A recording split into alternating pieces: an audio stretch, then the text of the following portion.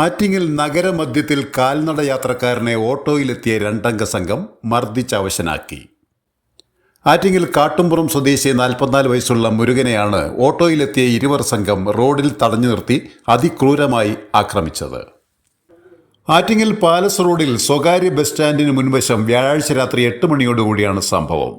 Road അരികിലൂടെ നടന്നു വരികയായിരുന്ന മുരുകനെ ഓട്ടോയിലെത്തിയ ഇരുവർ സംഘം തടഞ്ഞു നിർത്തുകയും കയ്യിൽ കരുതിയ തടിക്കഷ്ണം ഉപയോഗിച്ച് അതിക്രൂരമായി മർദ്ദിക്കുകയും ശേഷം നെഞ്ചിലും വയറ്റിലും ചവിട്ടി നിലത്ത് തള്ളിയിടുകയുമായിരുന്നു.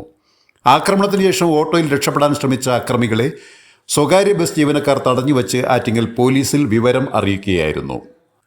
ഉടൻ സ്ഥലത്തെത്തിയ ആറ്റിങ്ങൽ പോലീസ് കഴുത്തിന് പിൻവശത്തും മുഖത്തുമായി ആഴത്തിൽ മുറിവേറ്റ അബോധാവസ്ഥയിൽ റോഡിൽ കിടന്ന മുരുകനെ വലിയകുന്ന് താലൂക്ക് ആശുപത്രിയിലേക്ക് മാറ്റി.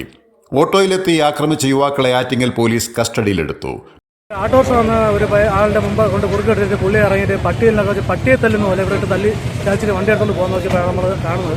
നമ്മൾ വണ്ടി നിറഞ്ഞത് ചോദിച്ചപ്പോഴാണ് പറയണത് ഏതോ ഒരു പൊടി അവരെ കൂട്ടത്തിലെ ഒരു പൊടി കൊച്ചിനെ കയറി പിടിക്കാൻ നോക്കിയാണെന്ന് പറഞ്ഞ് ഇവിടെ പട്ടിയെ തന്നെ തള്ളിയിട്ട് എടുത്തുകൊണ്ട് പോകാൻ നോക്കി. അപ്പോൾ നമ്മളെല്ലാം കയറി ഇവിടെ അങ്ങനെ പറഞ്ഞു. കാര്യം വേറൊന്നുമില്ല, ഒന്നാമതേ ഇവിടെ പ്രൈവറ്റ് ബസ്സുകാർക്ക് ഭയങ്കര പ്രശ്നമെന്ന് പറഞ്ഞാൽ ഇവിടെയുള്ള നാട്ടുകാരെല്ലാം നമ്മൾ പറഞ്ഞുകൊണ്ട് നമ്മൾ തന്നെ തടഞ്ഞു നിർത്തി.